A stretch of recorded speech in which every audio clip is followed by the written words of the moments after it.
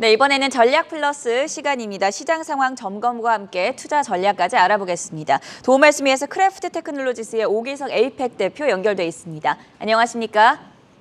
네, 안녕하세요. 크래프트 테크놀로지스의 오기석입니다. 네, 오늘 미국 증시 흐름이 심상치가 않았습니다. 본격적인 반등 랠리다, 아니다. 아직은 좀 지켜봐야 된다. 신중론이 각종 이어지고 있는데 오늘 증시 어떻게 보셨습니까? 네, 저는 사실 굉장히 강한 시그널을 주었다라고 생각을 하고 있고요. 오늘 이제 미국 주식시장의 랠리 폭은 2022년 이후 가장 강한 상승폭을 기록을 했습니다. 나스닥 같은 경우는 거의 7.3% 가까이 상승하기도 했고요. 뭐 원인을 살펴보자면 어젯밤 인플레이션 수치가 기대보다 낮게 나왔던 것이 사실 가장 컸고 또 G20 정상회담에서 이제 미중 정상회담이 개최되면서 바이든 대통령 그리고 시진핑 주석이 만날 것이다라고 예상되는 것도 시장에서 호재로 이제 반영을 한 것 같고요.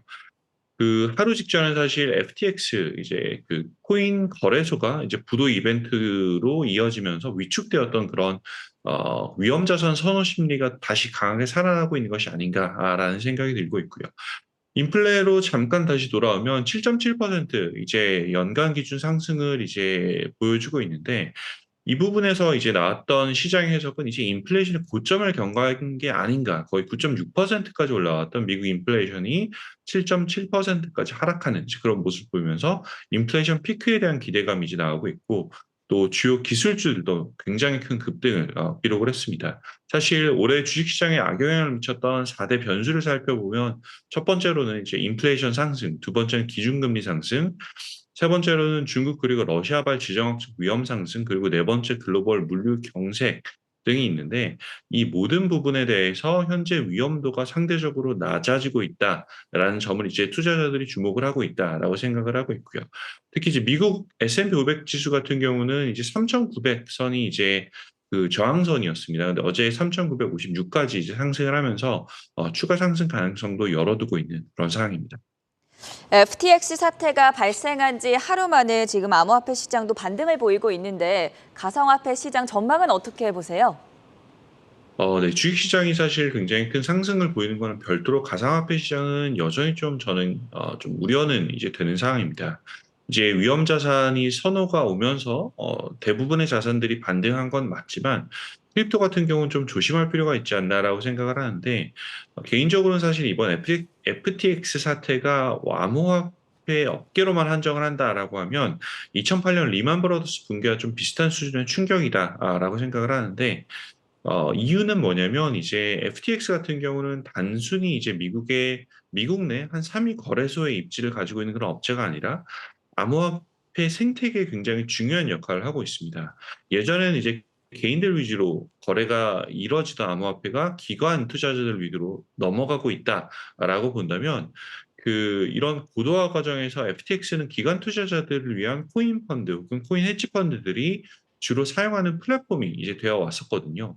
거래 규모 자체로 보면 바이낸스보다는 훨씬 적지만 바이낸스 같은 경우는 중국계 자금의 입김이 들어가 있다라는 그런 좀 불안감이 있는 반면에 그 FTX는 MIT 출신의 미국인이 설립한 회사다라다 보니 이제 기관에서 더 선호하는 그런 상황이었고요. 현재 문제가 되고 있는 뭐 FTX의 파산 그리고 인출 연기 같은 경우는 올해 지속적으로 발생했던 크립토 업계에 있었던 문제점이 거의 종합된 형태라고 볼 수도 있을 것 같습니다. 네, 지금 피해 수준으로만 보면 2008년 리먼 사태가 떠오른다라고 말씀해 주셨는데 개인적으로 이번 사태의 문제점 어디서 찾아볼 수 있겠습니까? 뭐 깊게 들어가 보기에는 사실 뭐 제 능력이나 시간이 좀 부족한 부분이 있어서 개인적인 의견 위주로 좀 말씀을 드리면 결국은 내부 통제 시스템의 위기 혹은 업무 도덕성의 문제로 이제 연결되지 않나라는 생각을 하고 있습니다.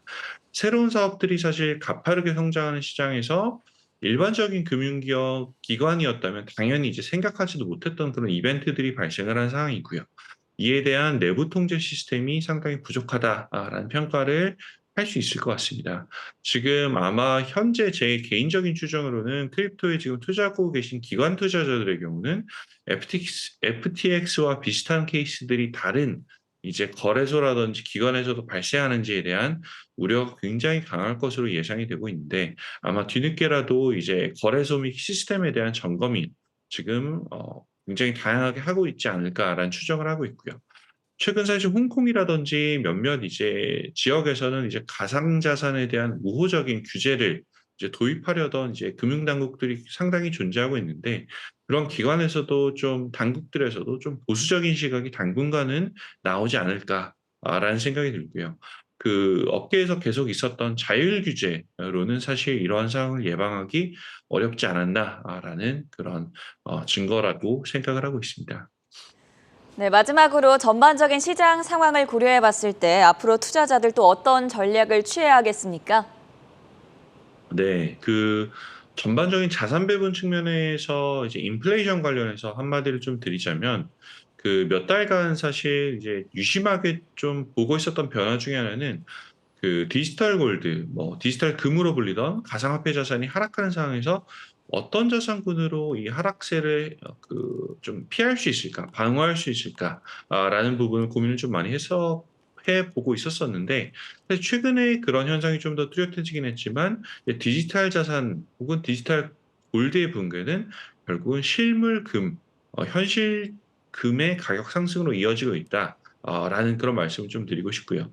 지난 수년간 인플레이션 상황에서도 금 가격이 좀 지지부진했던 것은 인플레이션에 대한 대응이 안 된다라기보다는 이제 디지털 자산이 워낙 강세였기 때문에 그 대안 적인 역할로 인해서 이제 금 가격의 상승이 좀 지지부진했던 것이 아닌가라는 생각을 하고 있는데 지금 다시 조금 현실적인 이제 그런 시각들이 살아나면서 금에 대한 관심도 살아나고 있기 때문에 좀 관심을 가져보시면 어떨까라는 생각을 드리고 싶습니다.